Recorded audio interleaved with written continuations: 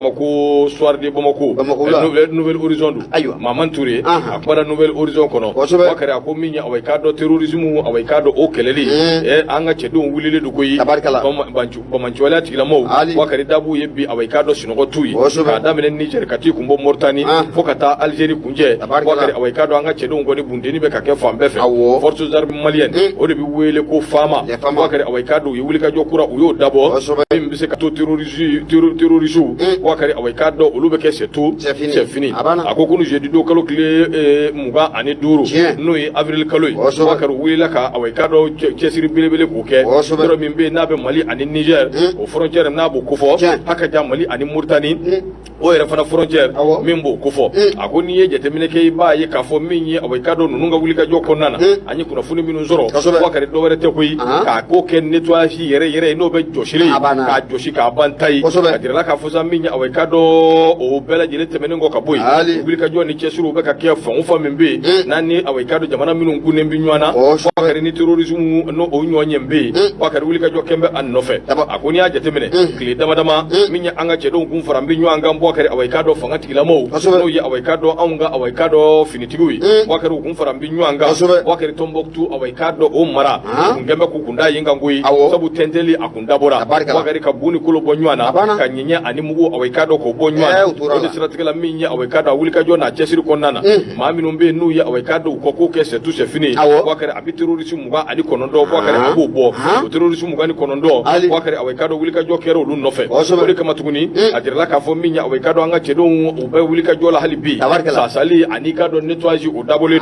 Niger wakari oni Mali ni nyanje kunu kalo kile muga ani duru wakari hakili be away kado kele ke mina fenvena duguma ani 120 membe away kado i joli na klike c'est tout c'est fini min yere be na bi joli nyonyo wakari yelma membe away kado taxi jigi kan fiu wakari la nyona chama wakara bela jili labora kanyeshi ni yoroko fulena yoro membe no be we no anzongo marakofo no an yere ka duguye opération maliko wakari away kado o ko ni wulika o ko wulika jo barka ka bo yoro ina ko sobe akori kama minya an ga famai wakari ni yoroko fulena wataguna ani alamine wakari terroriste chamambe yo bela jili ke c'est tout c'est fini akokuna fundi sirafe adirala ka fo minya away kado bumanji wali atigilama no na manye kafu ba don kafo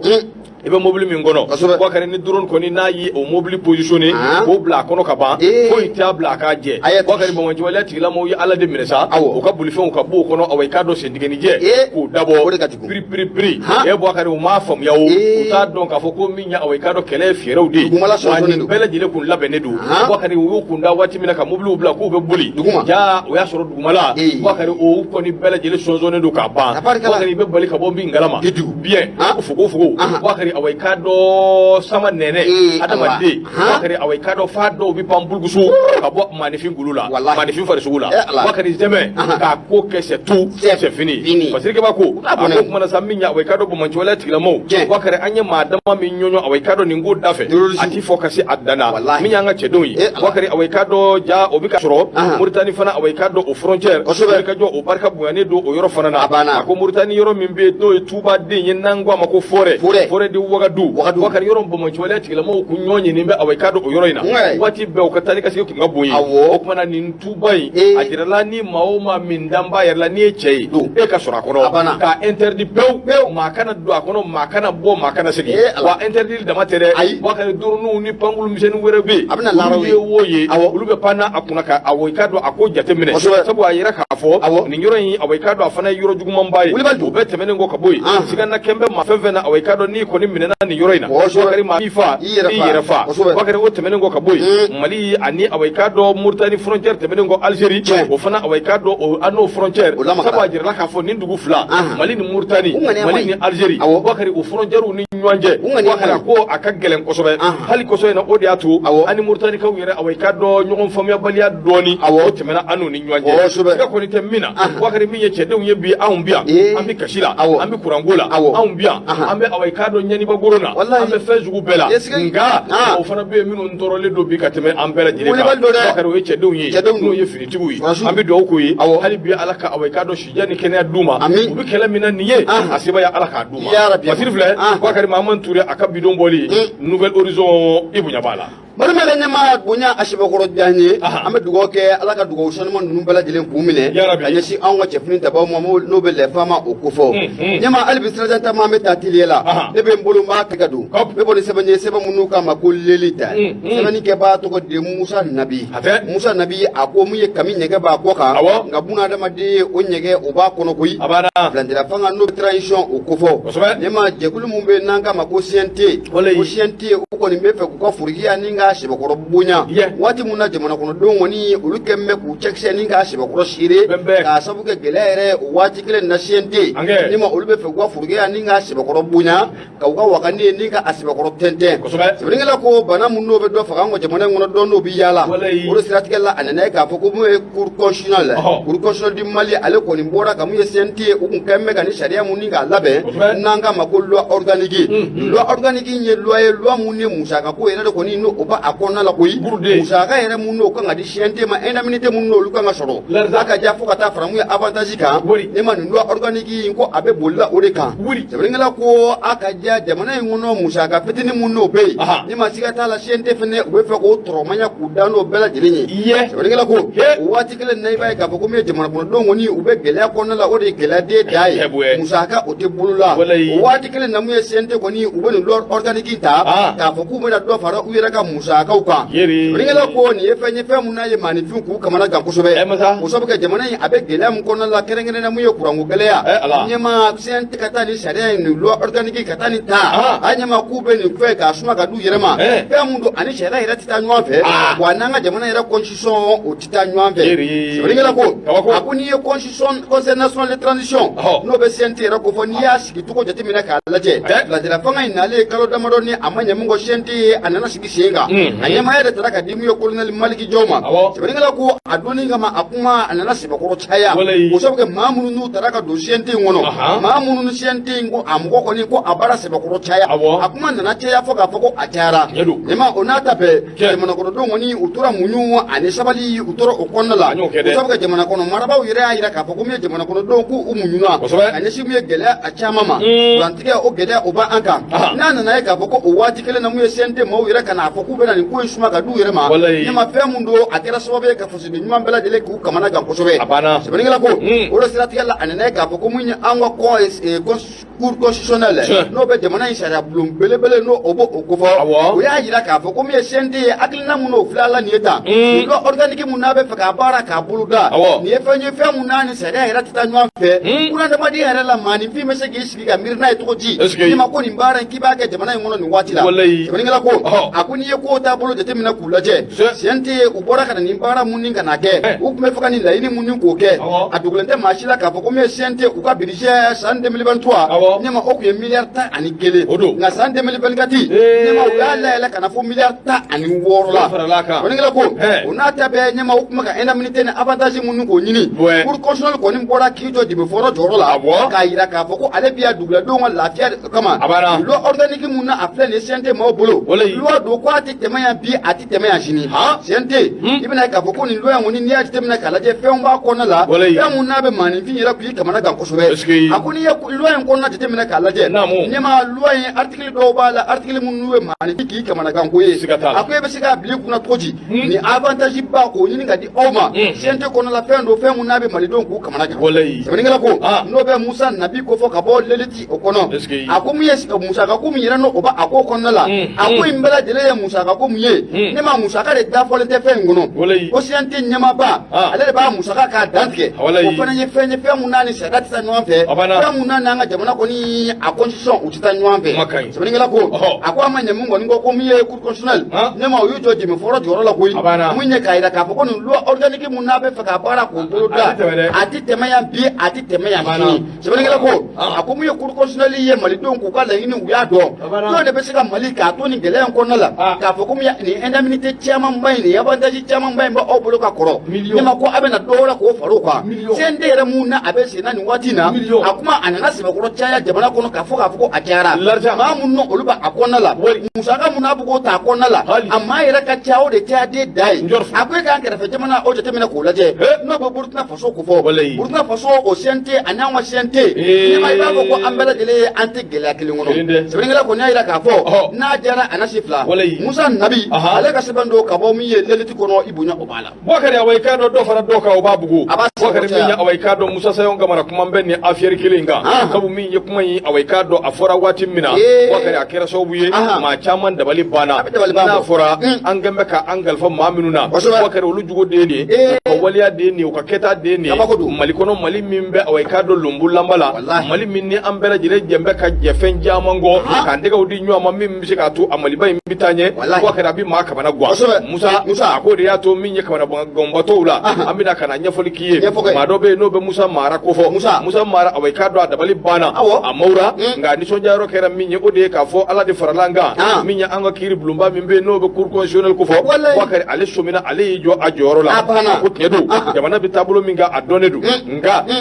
kiiri tigilamaw ka kiirisoba min bɛ yen n'o ye cour constitutionnelle o filɛ ka wulikajɔ min kɛ donc Ala awa i k'a dɔn a bɛ jigitugu ko bɔ a b'a jira k'a fɔ anw ka kiiri hali bi ale b'a laɲini u fɛ Boubacar u ka continuer awa i k'a dɔn ni nin waleya ninnu ye Boubacar CND u filɛ ka waleya min kɛ nin ye ni an b'a kuma na nin ye Boubacar ye hakili la k'u y'u kɔ dɔn a ma wa ayi cour constitutionnelle kelen k'a lasigi k'a fɔ ko awa i k'a dɔn fɛn dɔw b'a kɔnɔ article dɔw bɛ yen Boubacar a ka bon hakili ma ninnu tɛ se ka kɛ awa i k'a dɔn waati kɔnɔ waati min bɛ transition ko fɔ Boubacar awa i k'a dɔn o filɛ nin ye tuguni kunu an kɔrɔ Boubacar sɛbɛnden kelen awa i k'a dɔn u y'o ta tuguni k'o bila ordre du jour la sabu awa i k'a dɔn u bɛ fɛ k'a ko jɔsi joona ka tila k'a segin tuguni ne ka taa di awa i k'a dɔn cour constitutionnelle maaw ma parce que b'a ko a ko Musa Mara y'a jira k'a fɔ jɔn ko Ala awa i k'a dɔn an bɛ don min na i ko bi gɛlɛya bɛ jamana kɔnɔ jamana kɔnɔdenw tɔɔrɔlen don u bɛ yɛrɛ ɲini na o waati kelen de la awa i k'a dɔn maa dɔw bɛ yen jaa u hakili tɛ dɔwɛrɛ la yɛrɛbakun wa man awa i k'a dɔn yɛrɛkun Boubacar u ɲɛ b'o de la u yɛrɛ bɛ se ka sɔrɔ kɛ cogo min kungo kɔnɔnaw bɛ se ka giriya cogo min jiginɛ kɔnɔna bɛ se ka giriya cogo min Boubacar Musa Mara ko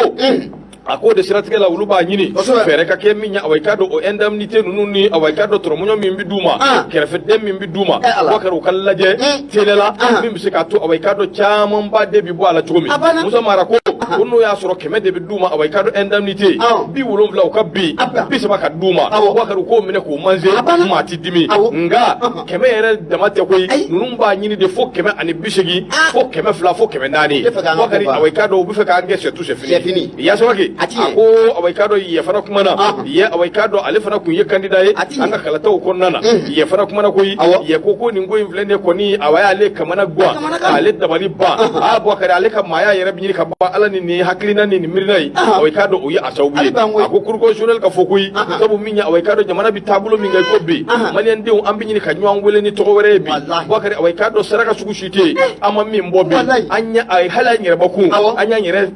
jɛ fɛn dɔw la Boubacar o bɛɛ bɛ saraka ko fɔ nka n'a fɔra ko nin maa minnu filɛ nin an yɛrɛ dan bɛ maa minnu na minnu kan k'a fɔ an ye karisa ne kɔni donna yan awa i k'a dɔn nana sɔrɔ awa min kun bɛ taa Boubacar o ye 200 ye o tuma ne bɛ jɛ awa i k'a dɔn nin kɔ ka nin to yen awa i k'a dɔn Ala ni jamana bɛ taabolo min kan an bɛ fɛ yɛlɛma ka don ja min ye awa i k'a dɔn nin maa minnu filɛ nin a yɛrɛ tilancɛ bɛɛ ma kɛ vidéo ma nin sa wa ɲama kabi ne ye CNT maa dɔw ye kanto ko k'olu de bɛ k'olu bɛ ka baara mun kɛ k'olu sɔrɔ min kɛ k'a ka dɔgɔ ko dɔ kan ka fara kan ne ko la ilaha illallah Muhammadu rasulullah n'o kuma na anw ninnu bɛ jamana kelen na an bɛ jamana kelen na dɛ Mali tɛ yan wa ninnu de b'a fɔ k'u bɛ ka Asimu dɛmɛ o bɛ k'a dɛmɛ o o bɛ k'a dɛmɛ a diyara yɛrɛ aw bɛ sara mun ta jamana kɔnɔdenw yɛrɛ aw yɛrɛ sugandi tɔgɔ ma diya jamana kɔnɔdenw ye Asimu bɛ yen o Asimu tɛ CNT kɔnɔ de Asimu CNT Boubacar Asimu bɛ yen sa Asimu mun kɔni bɛ CNT kɔnɔ élection colonel u bɛɛ taa kelen ye wa Asimu bɛ yen ka ban a banna ɲama nin min filɛ nin ye ka ta ka bila ka taa cour constitutionnelle la a ma fɔ maa kɔ dɛ ayi bɛɛ de jɛra n'a ye a bɛɛ de maa kana fɔ ko ne non a bɛɛ de jɛra n'a ye o de fɔra a si ma bɔ n'a ye a si ma bɔ n'a ye a si ma fɔ ko ayiwa k'an y'a laɲini essence sɔngɔ o ka bɔ a la o ka d'an ma an y'a laɲini chauffeur sara o ka bɔ a la prime de logement an y'a ɲini o ka d'an ma téléphone ci wari an y'a ɲini o ka d'an ma n bɛ ye i y'a faamuya b'a la o n'a ɲɔgɔnna dama faralen ɲɔgɔn kan ka taa hali luwanse walahi hali luwanse wari e ɲɛma waati dɔw la i b'i sigi ka miiri e ko an ni bɛ jamana kɔnɔ di jamana kelen na wa Asibu n'i ko ko tiɲɛ yɛrɛ la e ka fanga ko n'a taara ɲɛ ko sifinnakaw don ɲɛma mun ye CNT yɛrɛ composition o bɛ sifinnakaw bi fanga ye kabako don koyi maa dɔw bɛ CNT ŋɔnɔ la ɲɛma bi walahi i bɛ ka élection na yan u y'a dɔn k'a fɔ k'u tɛ gagner u ma sɔn ka candidat ye mais o maa dɔw bi yan plus de 30 ans u bɛ député la yan. a ko yɛrɛ kɛmɛ min vidéo maniw de ka ca kɔnɔ kosɛbɛ a CNT maaw kɔni awɔ u bɛ ɲini k'an ka baara yɛrɛ minɛ an na sa u y'an ta in minɛ an na sa o awɔ olu kɔni olu fɛ k'u poche de fa nin waati la wa dɔw bɛ kuma fo kɔgɔji nana an fɛ yan kabako tɛ yan ko dɔw y'u kanto k'a fɔ ko min ye a tɔgɔ bɔlen filɛ kɔnɔ nin ye yiri sini i kɛra nin ka kɛlɛ k'o jubaju bɔra jamana ye ne yɛrɛ m'an kun minɛ ne ko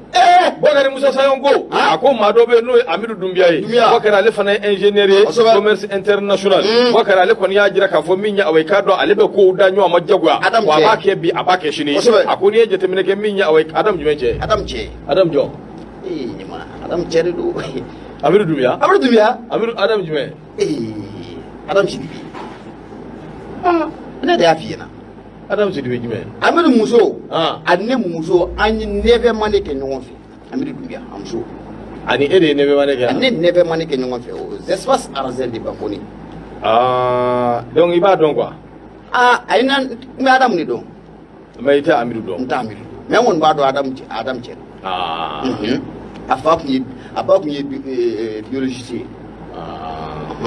d'accord maa minnu ye Arzɛn kɛ a waati b'a dɔn bon i bɛ maa caman dɔn mais i kɛlen ka de karilen don cogoya t'i bolo ala cɛ cogoya foyi t'i bolo yɔrɔ de ala ko ne bɛ maa min dɔn jamana in kɔnɔ i b'u dɔn Nakari e b'u bɛɛ dɔn na Dagasani e b'u bɛɛ dɔn nka a ma nafa foyi ɲɛ i ye foyi yo Amidu t'i bolo don Amidu bolo Bakari n'a ye Adamu ye ka ban banna e ka i tɛgɛ d'u bolo fɔlɔ n'a kɛra min ye n bɛ na di an bɛ ɲɔgɔn ko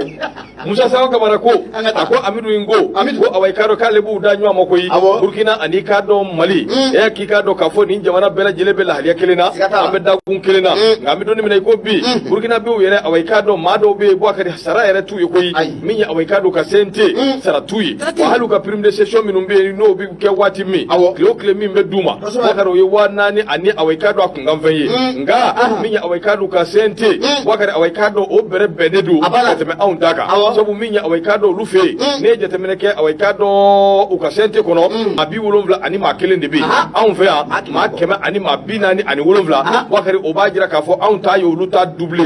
fo ka dɔɔni fara a kan nafa jumɛn de b'a la fo ka dɔɔni fara a kan a dɔw yɛrɛ ti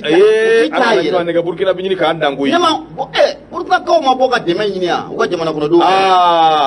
jamana kɔnɔdenw m'a di wa u bɛ ɲini k'an dan dɛ ninnu filɛ bolo mun ka nin ye ka taa n'a ye sira caman fɛ koyi u ka dɛmɛ di jɔn m'a di ayiwa Ibrahim bɔra ka dɛmɛ ɲini a y'a sɔrɔ Burkinabɛw bɔra ka musaka di miliyari caman mais n'i y'a kɛ jamana in kɔnɔ an bɛ bolo mun kan ko bi ni ma maa t'a di Bakari min ye awɔ i k'a dɔn Bakari Atayɛri Mayiga dɔgɔkɛ don a tulo banna Bakari o kumana sa min ye Burkina ye maa 71 anw ta ye maa 147 ye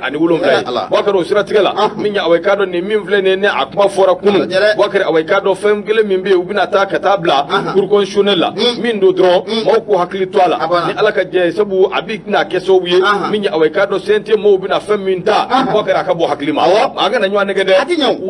wariden yɛrɛ warimugu yɛrɛ Bakari awɔ i k'a dɔn u bɛna o de ta jamana kɔnɔdenw kɔ kan waati min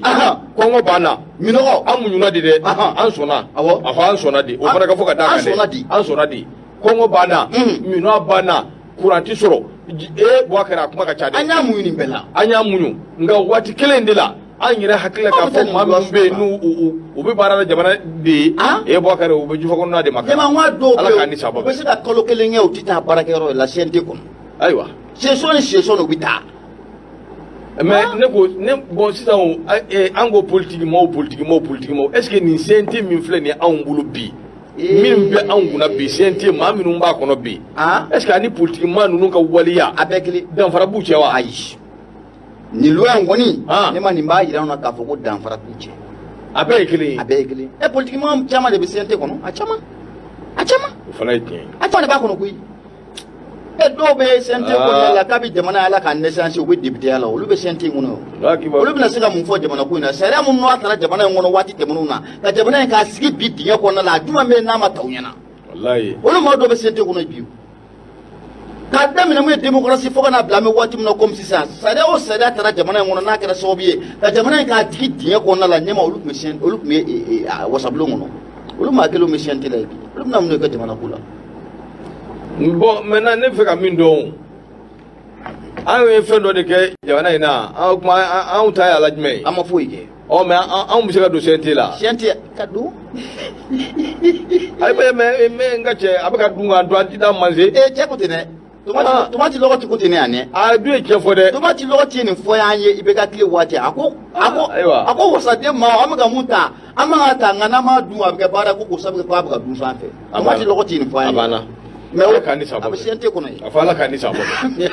Bakari ni ko fasiri l'indépendant away kadɔ Musa Sayon Kamara a ka fasiri do ka bido bɔli boya a bɛ ɲɛ ne ma ni bɛ bɛɛ bɛ bɔ la min ta bɛ sɔrɔ a bɛ CNT kɔnɔ de tomati lɔgɔ ti bɛ CNT kɔnɔ kɛ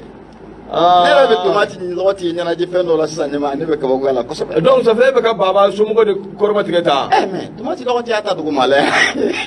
donc baba ka côté kɔni ka sira foyi t'u la ayi bon n bɛ bolo min na bi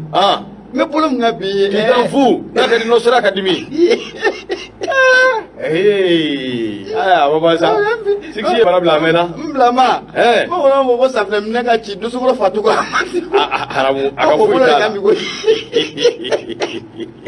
e ni fɛn tɛ duba la e ɲɛ i bɛ egiri o de ye giri da ye siga t'a la dɛ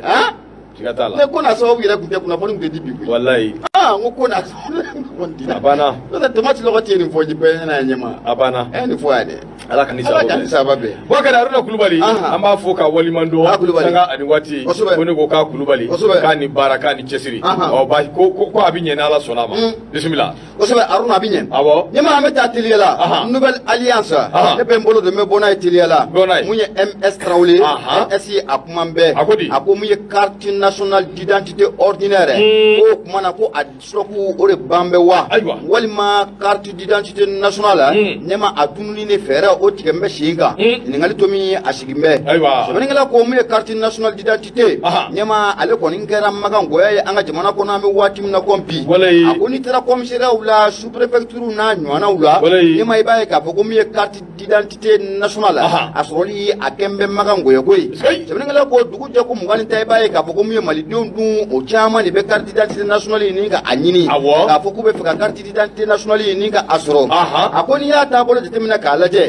carte d'identité nationale kɔni ko a dunun bɛ an ka jamana in kɔnɔ a bɛ nin kana waati nin bɔ a sɔrɔli a kɛ n bɛ siratutigɛ ye sɛbɛnnikɛla ko n'i y'a taabolo jateminɛ k'a lajɛ ɲɛma carte d'identité nationale an bɛ waati min na ko bi an ka jamana ale kɔnɔna la ale kɛra sɛbɛnfura ye sɛbɛnfura mun na nafa o ka bon kosɛbɛ o min ye jamana kɔnɔden caman de bɛ olu ka mago o bɛ carte d'identité nationale la sɛbɛnnikɛla ko nka o carte d'identité nationale a kɔni sɔrɔli a kɛ n bɛ baara ye bi polisi kɔnɔna la sous préfecture kɔnɔna la a kɛ n bɛ baara ye a ko n'i dun y'a jateminɛ k'a lajɛ olu ye kibaruyaw sɔrɔ kibaruya minnu y'a jira k'a fɔ ko min ye tile 15 ɲɛma k'i b'a ye k'a fɔ ko min ye commissariat ninnu ani ka taa fara min ye sous préfecture kan carte d'identité nationale a bɛ taa yɔrɔ min na ko tile 10 ani tile 15 i b'a ye k'a fɔ ko min ye carte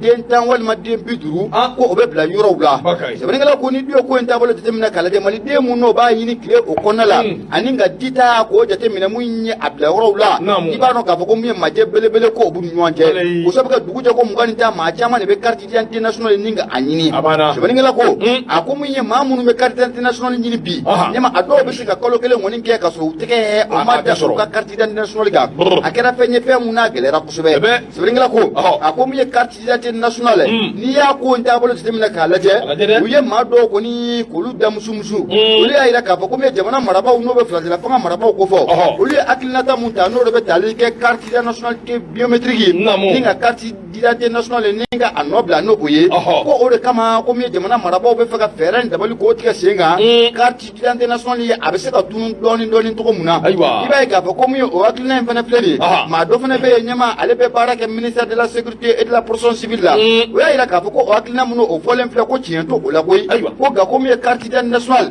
ɲɛma ko a baara ko o ma jɔ ko baara ko o tɛmɛ bɛ ka kɛ ni a ye nka ko min ye commissariat ani sous préfecture ɲɛma ko fɛn minnu o bɛ d'u ma n'o bɛ carte d'identité nationale ko fɔ ko dita ko o de ka dɔgɔ dɔɔnin a ɲini ta ko o ka ca ko n'i y'a jateminɛ k'a lajɛ mun ye MS Traoré a ko mun ye carte d'identité nationale ɲɛma ko min ye maa ɲininkalen n'o bɛ ministère de la sécurité de la protection civile ale kɛrɛfɛmaa dɔ kɔni y'a yira k'a fɔ ko mun kɔni kɛ bɛ sababu ye k'a ko ni ka a sumaya bi ale kɔni tɛ se ka jaabi di o la dɛ o sababu kɛ ale tɛ se k'o jaabi k'o di fɛn mun kɛ bɛ sababu ye a bɛ rupture kɔnɔna la ale tɛ se ka jaabi kɔni k'o di u la sɛbɛnnikɛla kɔni y'a yira k'a fɔ ko in mana kɛ cogo o cogo fɛɛrɛ ni dabali o ka tigɛ sen kan maliden caman de kɔni n'a ma ɲɛ k'a fɔ ko min ye carte d'identité biométrique sécurisée bɛɛ lajɛlen m'o sɔrɔ u bolo kɔnɔ fɛɛrɛ ni dabali ka kɛ maa minnu m'o sɔrɔ ne ma carte nationale bɛ se ka sɔrɔ lafiya o kɔnɔna la cogo min na walasa k'u ka sɛbɛnfura ko ɲɛnabɔ cogo min na lafiya kɔnɔna la jamana kɔnɔdenya yɛrɛ bolo kan an ka jamana ale kɔnɔna la kunnafoni filɛ nin nouvelle alliance ale ka sɛbɛn don MS Traoré ale y'a fasiri i bonya o b'a la Bakar MS bi fɔ k'a waliman dɔn Bakar ko jumɛn de don Nouvelle Alliance. L'indicateur de renouveau. Bakari ne bɛ awayika dɔ sɔni sigi a kan. L'indicateur maa min kuma b'a kɔnɔ bi o bɛ Dirisa awayika dɔ cɛnɛ ko fɔ. Dirisa kuma min bɛ a ko min ye awayika dɔ kalata nin ye kalata wɛrɛ kuma ye. Kalata min bɛ n'a bɛ Haut Conseil des Maliens de Gabon. Gabonkaw Malien den minnu b'olu fɛ yen Bakari olu ka awayika dɔ Haut Conseil Bakari o sigili i ka dɔn a b'o de ko fɔ. Bakari maa caman bɛ yen minnu kɔni bɛ fɛ ka kalata minnu bɛ fɛ k'u ka ɲɛma sigi nka Bakari Gabon awayika dɔ k'u tɛ se ka kalata ma nin ye ma nin mɛn si ma labɔli kɛ Bakari min ye awayika dɔ Mali anw ka fɛn bɛɛ lajɛlen kɛn bɛ jakumabo de fo ka awayika dɔ a dogo Bakari min ye awayika dɔ maa dɔw fana bɛ yen n'olu y'u da gosi fɛn min na fo min ye awayika dɔ c'est tout c'est fini n'o tɛ Bakari u da ti bɔ a la Malien de Haut Conseil des Maliens de l'élection Bakari a daba wulilen don bi fan caman fɛ nka Gabon ta in a jirala k'a fɔ min ye awayika dɔ maa dɔw bɛ yen minnu kɔni ye awayika dɔ a na kɛ olu ye mangaladen yalima olu ye u dama maa ye sabu Gabon Malien den minnu bɛ awayika dɔ minnu bɛ se ka kalata yɛrɛ ka se ka ɲɛma sigi Bakari a bɛ taa Malien den ba 36 Bakari a bɛ t'o la nka i tulo da yɛlɛ dɛ Malien den ba 36 nka Bakari min ye awayika dɔ sɛbɛnden dɔ de bɛ yen n'o t'i bolo Bakari awayika dɔ i tɛ voté o sɛbɛnden awayika dɔ bɛ maa minnu bolo Bakari awayika dɔ a tɛ tɛmɛ maa 73 kan. Bureau ma dɔrɔn o ye mun sɛbɛnden ye bureau maaw de bɛ voté o ye mun sɛbɛnden a fɔ ni bureau ye membre ye bureau kɔnɔ dɔrɔn sɛbɛn a banna o de filɛ nin ye dɛ mun le si ko ye fo ko droit de participation f'i k'o de sɔrɔ mun le si ko ye kabako don dɛ Bakari Malien den minnu bɛ yen n'u bɛ Gabon dabali banna u mawura Bakari o siratigɛ la u y'a jira k'a fɔ min ye awayika dɔ an bɛ don min na i ko bi olu ka ɲɛma sigi Bakari a tɛ se ka kɛ tan bilen koyi dugu jɛra ten sa olu bɔra fɛn caman galama dɔ kɛra ten sa Mali anw ko Mali kura Malien den mana kɛ diɲɛ yɔrɔ o yɔrɔ Bakari f'a ka kɛ awayika dɔ Malien den kura pulipulu ye Bakari awayika dɔ min bɛ se k'a to ɲinifɛn o bɛ kɛ sɔrɔ fɛn ye nka k'a fɔ Malien denw bɛ yen Bakari awayika dɔ n'i ye jateminɛ kɛ kɔsɔdani in na Sénégal ani ka dɔ yɔrɔ wɛrɛ bɛ yen kalataw kɛra o yɔrɔ ninnu na Bakari n'a ma ɲɛ k'a fɔ Haut Conseil ka ko minnu kɛra yen a jirala k'a fɔ min ye awayika dɔ ka sɛbɛnden dɔ bɛ yen sɛbɛnden min bɛ yen ni a bɛ awayika dɔ i ka carte consulaire ko fɔ Bakari n'o b'i bolo ka ban i bɛ se ka voté min ye Gabon ye olu fana ko k'olu ta tɛ awayika dɔ o ni o tɔw danfara t'u ni ɲɔgɔn cɛ koyi a bɛɛ ye Malien denw de ye minnu bɛ jamana kɔ kan o tuma o tɔw kɛra cogo min Bakari k'o fana ta awayika dɔ a ka k'o cogo la awayika dɔ nin ko in bɛɛ lajɛlen kamanagan yɔrɔ ye mun ye Bakari Haut Conseil awayika dɔ ko maa k'a dɔn k'a fɔ maa ka du kɔnɔ minan tɛ min ye awayika dɔ maa ka tiɲɛ tɛ ko kelen tɛ k'a fɔ i bɛna kunna de k'e tɛ taa fiyewu ko fini bɔ fo nɛrɛ bɔ Bakari o kuma t'a la dɛ maa min kumana o yɛrɛ ka fɔ la ko min ye awayika dɔ maa min bɛ yen n'o ye Abibu Sila ye Abibu Sila ko min bɛ fɛ ka kɛ candidat ye awayika dɔ Gabon Bakari ko Abibu Sila ko awayika dɔ maa don min siga t'a la Bakari k'a tɛ se ka kɛ candidat ye fo ka diɲɛ wuli ko Abibu ko cogo si la ko Abibu tɛ se ka kɛ candidat ye Bakari n'a bɛ fɛ ka kɛ candidat ye k'a ka taa Gabon a ka n'i sigilen to Mali la yan k'a fɔ k'ale bɛ kɛ candidat ye a ko a mana kɛ cogo cogo Abibu filɛ nin ye bi a b'a san 5nan de la Bakari a tɛ se ka bɔ a ye ka Abibu yɛrɛ tɔgɔ mɛnli ɲɛma o de yɛlɛ ko in na o bɛ maa yɛlɛ bon a dun ɲɛma la n'u ma fɛɛrɛ kɛ ni jamana marabaaw ma wuli k'u jɔ nin ko in na ɲɛma a kuma ka ca dɛ olu bɛ fɛ ka nin ko in ka tiɲɛ de dɛ et puis problème min bɛ ka fɔ u bɛ k'u tulo c'a kan k'u ɲɛ c'a kan a dun gɛlɛyaba o problème in u ka Abibu ko in sɛgɛsɛgɛ kosɛbɛ k'a ɲɛdɔn parce que waati tɛmɛnenw na an ye kibaruya minnu mɛn Sénégal ta ɲaaminen don an ye kibaruya minnu yɛrɛ mɛn k'a kun bɔra maliyɛnya la an y'o kibaruyaw mɛn o k'a tɔgɔ ko Ngoyi wa jumɛn o tɔgɔ dɔ fɔ a ma ye pour que ko do bombe Bakari, ne ma do re fiide ako inga gele goyi ay de mango ni fulani la fama la ba no mawulu ku jonu ko ina ni gola jede ni ko me fa ka tieni aywa e lo to sandure te jamana muna e ta jamana ko do normal ma re ale re manga kuma malien de leshere re to la re ima ka kuma to la ni mo ni malien de l'intérieur de ni na be kele ambe bien haramu de ambe bien e de sandule bien e gabon la kini yenche kwa be sanduru go ayiwa kuma ko ni fora Gabon a bɛna daba wuli sabu duguduguni kumaw la ko tant que awai ka dɔn maliyɛn minnu bɛ se ka voter yamaruya ma d'u ma k'u ka voter biro sigi ko kuma tɛ Gabon. ati e mɛ ɲɛma ma mugan duuru ka taa maa. o kumana sa yanni biro ka sigi Bakari k'u ye nettoyage ni toilettage u bɛ n'o de kɛ ka texte ninnu sɛbɛn minnu bɛ yen kɔrɔlenw k'a bɛɛ jɔsi ka bɔ yen pewu k'a bɛɛ yɛlɛma k'a bɛɛ kuraya min bɛ se k'a to baaraw bɛ se ka kɛ ka ɲɛ n'o tɛ kɔrɔlen ko in ala b'a bɛ ɲini ka kɛ tiɲɛ ye n'a dun kɛra tiɲɛ ye Bakari a lagosi barika bɛ bonya dɛ san joli joli depuis anw fitinin a bɛ bɔ ko kuma de fitinin fo k'an kɔrɔbaya fo k'an kɛ siɲɛ kɔmɔta ye non i b'a fɔ ko maa wɛrɛ tɛ ale kɔ fo k'an ka siɲɛ kɔmɔta ye ayiwa dugawu kɛ k'an bɛ waati min na aw bɛ taa fɔliw kɛ Sɛbɛnnikɔrɔ yan fan ninnu na ye a bɛ nin yɔrɔ in na ye an bɛ mun kɛ fɔli kɛ fɔli duman fɔli cogo di fɔli kɛ Sɛbɛnnikɔrɔ e de aw ni baro ninnu baro jɔ baro kelen kɛ o tɛ yan baro aw tun bɛ taa aw tun kɛlen tɛ ka Bamakɔ minɛ Bamakɔ yɛrɛ tɛ sa aw tun ye Mali minɛ a waatiw o waati y'a sɔrɔ Bamakɔ ka di dɛ mɛ kaba da don kuma min na nin ye nin ka giri dɛ nin ye kuma girima ye dɛ o waati y'a sɔrɔ Bamakɔ ka di dɛ o waati y'a sɔrɔ Bamakɔ ka di koyi o y'a sɔrɔ yan ka di dɛ kaba o waati a bɛ yen o a bɛ koyi o waati a bɛ yen n'o tɛ o waati y'a sɔrɔ Bamakɔ ka di dɛ yɔrɔ awɔ o waati y'a sɔrɔ Bamakɔ ka di beti Samakɔ Samaya Wɛnzɛndugu Kanajigila Moribabugu Sɛbɛnnikɔrɔ Bagineda Sɛbɛnnikɔrɔ Jalakɔrɔji anw bɛna soirée kɛ Jalakɔrɔji waati min ala ka sinimaso yɛrɛ lasɔrɔ o ye baara ye Bakari baara kun don a wulibali don awɔ an kana ɲɔgɔn nɛgɛ Bila Kɔnɔtɛ dole koyi Bila Kɔnɔtɛ dole n ko an ko ten foro de ka bon n'o tɛ a biriki mɛnna koyi a mɛnna foro de ka bon an ka foli bɛ Umaru Mariko ye Baru walayi siga t'a la n'a fɔra ko baro bɛ sonu i b'a sɔrɔ anw bɛ Jalakɔrɔji ala awɔ wulibali don dɛ ani Grand P Grand P Ismaël Roger a n'a ɲɔgɔnna caman siga t'a la waati dumanw tɛmɛna don tɛ wele dunna o don y'a sɔrɔ Bamakɔ ka di walayi alusamu ɲuman na ko don tɛ wele dunna ala k'an ni sababa bɛɛ ya rabi mun hakili jiginna bi ayi kabini nin bɛ a bɛ bɔ ka kɔ ale bɛ ne b'o waati o awɔ fana ye tiɲɛ a b'o waati ale bɛ ani minnu y'a daminɛ caman taara sara k'a to awɔ caman kɛra sɛtu sɛfiri o de bɛ kɛ ɲɛma an bɛ taa teliya la hali bi ale bɛ jɔyɔrɔ a bɛ jɔ ɲɛma n ko hadamaden ti fa kɔni walayi hadamaden yɛrɛ ti fa walayi o ye dun k'a dɔn Amadu Tembeli ko a bɛ kɛ MC aussi il est en France awɔ MC bɛ France MC Chalais nin y'an ka maa ye kosɛbɛ ale b'an ka ɲɛma diɲɛ bɛ bolo mun kan malidenw ka jura sa bon i b'a dɔn malidenw ka jura sa bon o de ye problème ye quoi parce que ɲɛma i b'a dɔn fɛn min yɛrɛ bɛ ne kamana gan jamana ko in na i b'a dɔn wa n bɛ n'o de f'i ɲɛna bi awɔ dɔnnibaaw ko an ma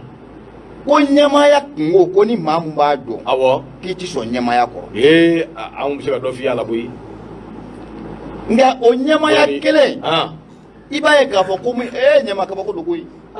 ayiwa an kɔni b'a la sa o ala latigɛw tɛ n'o tɛ a ma nɔgɔn koyi jama mara cɛw bɛɛ ni n ko a bɛ ten de e m'a mɛn ko n'i ye bagankuluw fara ɲɔgɔn kan n'i ko ko isi n'u ye isi mɛn yɔrɔ min u bɛɛ b'u kun da yɔrɔ wɛrɛ kan a banna mɛ n ko adamaden bɛɛ n'a ta don a bɛɛ n'a bere don bɛɛ n'a genbere don awɔ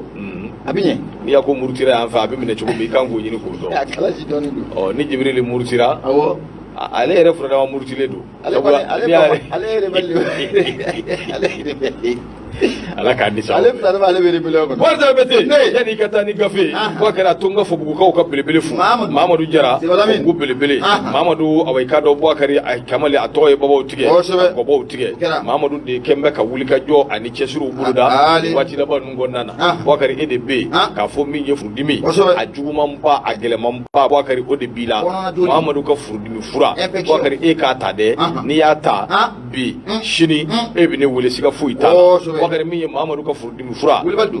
fura damate wakari a bɛ infection furakɛ wakari o tɛmɛnen kɔ ka bɔ min ye typhoïde wakari a ka jugu ma n'a bɛɛ lajɛlen o kumana sa min ye awɔ i k'a dɔn furudimi fura tɛmɛnen kɔ ka bɔ yen wakari an bɛ giri fɛn dɔ nɔfɛ n'o bɛ sanu kofɔ wakari sanu baara a gɛrɛ wakari ta kana tɛ min na a bɛ Fɔbugukaw ka belebele bolo min ye awɔ i k'a dɔn i ka sadakaw ni fɛn minnu kan ka bɔ wakari n'o cira ka ban n'o cira wakari awɔ i k'a dɔn a t'a tɛgɛ don fɛn wɛrɛ kɔrɔ dɛ n'i ye sanu minɛ daminɛ kuma min wakari wari a bɛ sɔrɔ ka na o kumana a y'i hakili to a la Fɔbugukaw ka belebele wa o bɛɛ tɛmɛnen kɔ ka bɔ yen nafolofin kiriri k'a sɔrɔ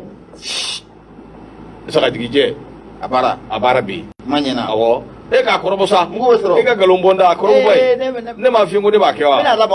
ayiwa bisimila o kumana Fɔbugukaw ka belebele 79 85 85 41 a wele sa fɛn wɛrɛ b'i la min tɛ nin si ye mago wɛrɛ b'i la min tɛ nin si ye i bɛ fɛ k'i ka hadamadenya yɛrɛ taabolo lajɛ min yɛrɛ ɲɛ b'i yɛrɛ ka bisibasaw kɛcogo la a n'a ɲɔgɔnna caman 79 85 85 41 a wele n'a kɛra min ye n bi yan e bi yan an b'a ɲɛfɔ ɲɔgɔn ye Jibisa ko yɛrɛ bi yan an b'a ɲɛfɔ ɲɔgɔn ye Bakari o kumana an bɛ taa ni gafe ye nka salon de média fana sera dɛ awɔ y'an ka kɛnɛ salon de média ne ma n'Ala ma baasi wɛrɛ kɛ kalo wɛrɛ salon de média n'o bɛ mɛn kalo kofɔ a 30 salon de média ka taa tile 2 la a kɛnɛ a bɛ sigi o la mɛn kalo tile 30 nin tɛ 3e édition ye wa 3e édition mɛn kalo tile 30 ka taa bila juin kalo tile 2 la mɛn ka taa bila mardi la kɛ mardi tɛ dɛ ou bien jumɛn don mɛ e m'a fɔ ko le 30 mai wa ka taa bila min ye juin kalo la kɛ o tɛ wa ne bɛ ka kalo di don de ɲami ɲɔgɔn na awɔ kow ka gɛlɛn o Jibi kana jigin na han Jibi n'i ma ɲɛ i kɔrɔkɛ ma n'Ala sɔnna ma a bɛ ɲɛ ɲinan fana an bɛ labɛnw sabati an bɛ bɔ ni kabako ye kosɛbɛ n'o tɛ salon de média ama a 3e édition a ko bɛɛ lajɛlen a parrainage siya bɛ jamana faama yɛrɛ de bolo colonel Ashim Goyita Ashim yɛrɛ de bɛ yan awɔ a bɛ sɔn ka a tɛgɛ di yan ye o a tɛgɛ bɛ di ma nin sen na o kuma fɔ Bingi Bâtiment k'a labɛn a fɔ Tezara mɔɔw ye kosɛbɛ k'u labɛn a banna ko Nura FM wulila deliko la kosɛbɛ Bingi Bâtiment a banna Tezara siga t'a la Bakari ani alu Karanyara kosɛbɛ a n'a ka mɔɔw a ka ca ko k'u labɛn kosɛbɛ walayi salon de média mai kalo tile 30 ka na a kun cɛ juin kalo tile 2 san 2024 a banna siga t'a la a kɛnɛ a bɛ sigi ayiwa Jibi numéro sɛbɛn joona numéro ko in teliya koyi kana ka ko ka suma numéro ɲinina a bɛ ɲini ka kalo 2 bɔ hali bi e ma se k'o di numéro in di joona a ko ka teli dɛ numéro min dira Moribo Tunkara yɛrɛ ma a bɛ ɲini ka numéro 4 numéro sigiyɔrɔma Moribo Tunkara de ko a numéro di 76 33 43 03 ɲɛma an bɛ taa teliya la an bɛ taa mun ye ne sɛbɛn ne bɛ n bolo don nouvelle horizon n bɛ bɔ n'a ye teliya la a bɛɛ na ta dɛgɛ sisi a bɛ bɔ karato da tari i ye tiɲɛni kɛ dɛ n'i ye Jibi fo n'i ma Isa Kaba fo i ye tiɲɛni kɛ dɛ Jibi tɛ content dɛ siga t'a la n'i ye Jibi fo dɔrɔn i bɛ Isa Kaba fo o de ka d'a ye voilà i b'i to la ka Aliyu fo Aliyu Ture Aradar Ture awɔ Alexis an ka foli b'a ye Alexis bɛ fo a banna siga t'a la bisimila nouvelle audition ɲɛma Jibril Keyita a baara kuma a y'a jira k'a fɔ ko min ye jugement de Abdelkader Mayiga Abdelkader Mayiga belebele a bɛ kaso bon na kabi musow tɔgɔla don n'o bɛ 8 mars ko fɔ Abdelkader Mayiga a taara 8 mars kɛ kaso bon na sɛbɛnnikɛla ko o siratigɛ la ko ye procureur kɔni y'a jira k'a fɔ ko min ye san 10 ani kalo 18 kaso n ka cɛ n'i ma hakili t'o la san 10 ani 8 a bɛ kɛnɛ dɛmɛbaaw b'i sɔrɔ yan a ma kɛ ne la dɛ ni Ala tɛ san 10 ko kalo 18 ɲɛmaa ko min ye Abdelkader Mayiga ko a kan k'o kɛ dibi la nka kalo 6 kɔni ko o juru o bɛ don a la kalo 18 na nka mun ye nin ko in bɛɛ lajɛlen ye sigi kɛ mɛn k'u makɔnɔ avril kalo tile 29 nata in mun ye Abdelkader Mayiga a ka kiiri a ko a na fɛsɛ sɛbɛnnikɛla ko Abdelkader Mayiga n'i y'ale yɛrɛ jateminɛ k'a lajɛ alamisa tɛmɛnen n'o bɛnna avril kalo tile 25 ma tribunal de la cybercriminalité belebele in ko a taara jɔ o ɲɛkɔrɔ sɛbɛnnikɛla ko a ko kabi jumadon marsi kalo tile 8 san 2024 belebele in kɔni ko a nɔgɔmana maison centrale d'arrêt de Bamako urukaw fe nyama ko atara yɛrɛ sɔrɔ olu ka maison centrale dare la Abdel Kader Maïga a ko n'i y'a jateminɛ k'a lajɛ maa dɔw maa mun n'a ni jamana premier ministre u ka surun ɲɔgɔn na kosɛbɛ an bɛ se k'a fɔ ko min ye jamana yɛrɛ premier ministre ye ale ka ladilibaga dɔ don n'o bɛ conseiller n'o o b'o ko fɔ i bɛna ye k'a fɔ ko min ye Abdel Kader Maïga taa dɔɔni mun kɛra e bɛ ka jamu fɔ e ma o faamuya taa dɔɔni mun kɛra foyi t'a la ne m'a fɛ ko fɛn b'a la i ka taa dɔɔni de voilà taa dɔɔni Maïga don taa dɔɔni jamu dɔw bɛ yen Abdel Kader Maïga ɲɛma nin waati na kabi 8 mars kɔni tɛmɛnen a bɛ kaso bon kɔnɔ kɔrɔbɔli don wa ka taa kaso bon bisimila bisimila a bɛ kaso bon la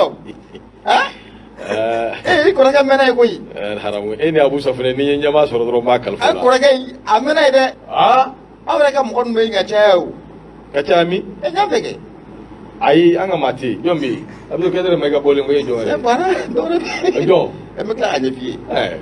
Abdel Kader kɔni bɛ yen mais i ma maa wɛrɛ ye a man ja yen koyi e dun n'i ko ko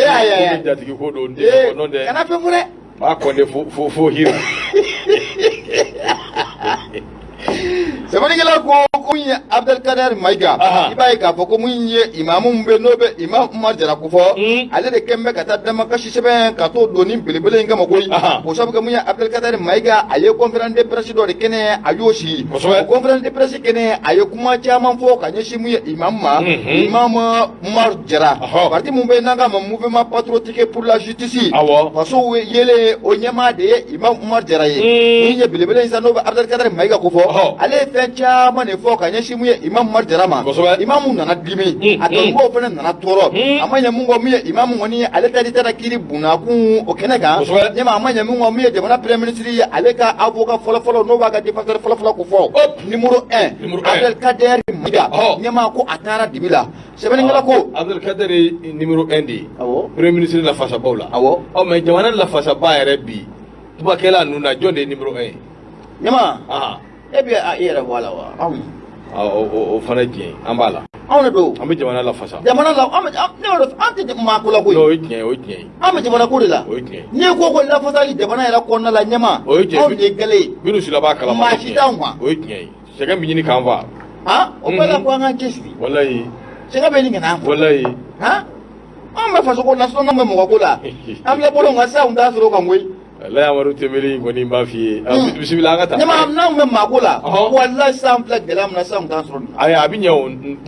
a bɛ ɲɛ an ka taa an bɛ maa ko la koyi an bɛ Mali ko de la fɛn min bɛɛ jɛ ye Mali ko siga t'a la bisimila sɛbɛnnikɛla ko min ye jamana premier ministre ale ka avocat défenseur numéro 1 Abdel Kader Maïga ale kɔni a bɔra k'a fɔ ko a b'a ka belebele in ko k'o jɛ n'o jamana premier ministre yɛrɛ o ko fɔ o sabu kɛ fɔlɔkɔ min n'a kun wulilen don jamana premier ministre kɔ o ye fɔlɔkɔ ye fɔlɔkɔ min n'a ma dogo maa si la Imam Umar Jara a kale ka mun n'o ko fɔ jamana premier ministre ko a ka ko da to a la a ma ɲɛ mun kɔ mun ye Abdel Kader Maïga ale kɔni bɔra a fitini na kosɛbɛ ɲɛma a ye kuma caman fɔ k'a jira k'a fɔ ko min ye imamu yɛrɛ ko farifeli e bɛ sigi o kan a fɔ tu dafili la ilaha illallah Muhammadu Rasulullah ne ko tɔgɔ jidi a fɔ tu dafili n ko mun n ye mun fɔ a fa dɔgɔ Kulubali ka yafa ma n bɛ ka i bilasira de a dɔgɔ Kulubali ka yafa ma ne ko mun kana sigi ninnu ka yan dɛ ne ko mun a ne t'o f'i ye yan e de b'a dɔn kana sigi a kan yan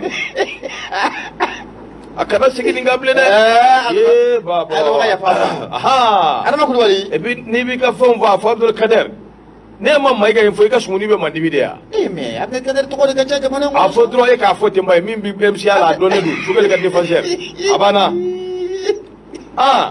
mun ye Abdel Kader ye ɲɛma a kɔni ale imamu k'o sɛbɛkɔrɔ classé a ma ɲɛ mun kɔ mun ye Abdel Kader kɔni a taara maison centrale d'arrêt de Kulikɔrɔ o kɔnɔna la sigi kɛn bɛ ka Abdel Kader Maïga k'a ka kiiri k'o makɔnɔ avril kalo tile 29 san 2024 a ka ko in a bɛna kɛ cogo di latigɛ bɛna boli a kan wa walima lafiya da o bɛna di a ma de wa o dɔgɔ duman kɔni ye avril kalo tile 29 na ta ye kunnafoni tɛ nin an y'a sama ka Nouvelle Horizon kɔnɔna la Jiri Keyita ale ka sɛbɛn don i bonya o b'a la Bokari wati ale bekata wati bekata dondoni Bokari usiratika la minya awekado ni wati tara angoni bajira dron limana una kafo minya awekado nouvelle horizon Bokari kuma de kemba kono sedu kunati ale de ajira kafo minye awekado jekulu dobe na biwele ko Institut International de Recherche sur la Paix de Stockholm Bokari awekado lukmana ajira kafo minye aunga bamali ba anyi mindu minana no bekeleke mina yere kofo Bokari awekado armée anyi mindu armée la Bokari keleke minambula minye tenu ananyo anachama armée kam minan chugu bela jile bala abiti jo milliard kemenani milliard biwulobla ani woro ana kungam fe bisabani fla alhamdulillah nyama zakana te dugo dugula o sindige jo kama ko milliard kemenani biwulobla ani woro ana kungam fe bisabani fla albi amaklaw amna dawra sam c'est-à-dire ni yoro ni ndro ambe ni gafe tout temps quoi c'est-à-dire u ka laje akungam fe bisabani fla no o se ka passer a jugomi ko passer en fait ngam fe bisabani fla inga ine o yera fla bolo o te 32 millions dia o yera fla bolo ngani nera koni ngam ala nyama ngam ati soro 476 milliards randi Bokari ni ni ndine ma ala afoni ndama ni ndine ma Bokari bana diga afusen la sine awo tanu babla tanu bi ala me mo ko suwa kushi besa ana perso wo gami mbita ngerege bake de nyene ya ana perso dala jani bibro mbita ndadro mo bi shawani flata to bibro mbembulu kushi be me berju kuna bana gandu jole ndita timaji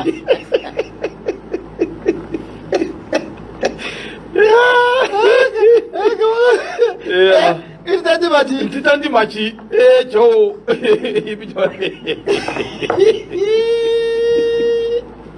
ala ka ni sabo be ati tamani yangoy Bokari 476 milliards Bokari wode duna keleke minana awai kado aunga surasu awai kado lufambe Bokari ayira ka foni wati daba nungo nana minye milliard bafla ani kemenani dollar million bafla ani kemenani odi wari min duna awai kado keleke minauna kanye shin fanjama ma akoni aje temene fanjama fenye kono Bokari mauye keleke minauna uyase bakorosa ka damine Europe jamana ka katasi pros oriama asi jamana kana nyokona chama nyini kela minumbe ambora ka minun tokofo Bokari awekado lu ya jira ka fo kabiri wati mina awekado ko nunda minena nyina marama fen ye sani minge Bokari awekado anyokona makefiu sabu rebellion chaledu kudeta chaledu terrorism chaledu ana nyokona chama jangu te farafina awekado an fanfe dugu nuna akode kama koni ya jetimina iba ye ka fo yoro mimbe no be awekado Union économique et monétaire ouest africain no bo ko fo no ye yoma jamana yi communauté économique des états de l'Afrique de l'Ouest no be CEDEAO jamana no bo ko fo Bokari awekado ko injamam be awekado ataro sirafa ko yi o de kama sa ya jira ka fo minya awekado ni ya laje ni 2023 marama fen dugu mimbe na ye marama fen sa katebe jamana beka Bokari awekado abe Burkina Faso abo ko fo Burkina Faso ale bi jojo ro folo sabu awekado $1 wari million kemo wulumvla ale bi kono do anisaba Bokari ale yo do dafe Bokari awekado tebe ngo kaboy mali be na gungula $1 wari million kemo wulumvla ani muga ani wulumvla Bokari awekado anyo do awekado o dafe minya awekado ni aje temene ko do war nunu ni to awekado lubina kofe sabu luma pereni awekado musa anyi me wari min do minana hali shinni awekado dugu minum be no be awa rishi jamana ko fo Bokari o mo do ala sabu amma mo go de bala an ga keleke mina ndo ko na mi do mina ko bi sigata mina hali bi awekado akasa akasozo mi mi se ka to ambi lafiya chugomi Bokari ka fasiri ka kuru nouvelle horizon awekado mami nga fasiri do sedu kunati ko ka bido boli bunya bala la kana te dugo dugula nyima ngote o shintige joka makuna sigatala ni woni ko abe dula de la ay meni mi vlene ni milliard de ça veut dire o milliard o 476 milliards abe be o de makwa no te mu na kala ka wule de pla buru mi sperma yoma na busar ka dula de converti nye ko ay ni a c'est fa a de convertir le c'est fa là ni a converti 32 millions ba sanfe 32 millions ba sanfe wari wizi sonika anga foli bi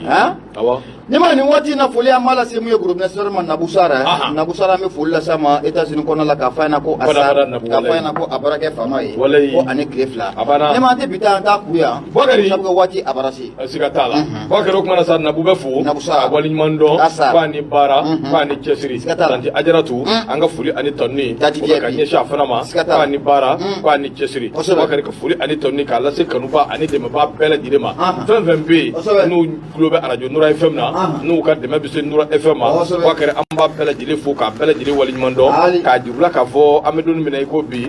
ye jumadon ye o kuma ni Ala sɔnna a ma gafe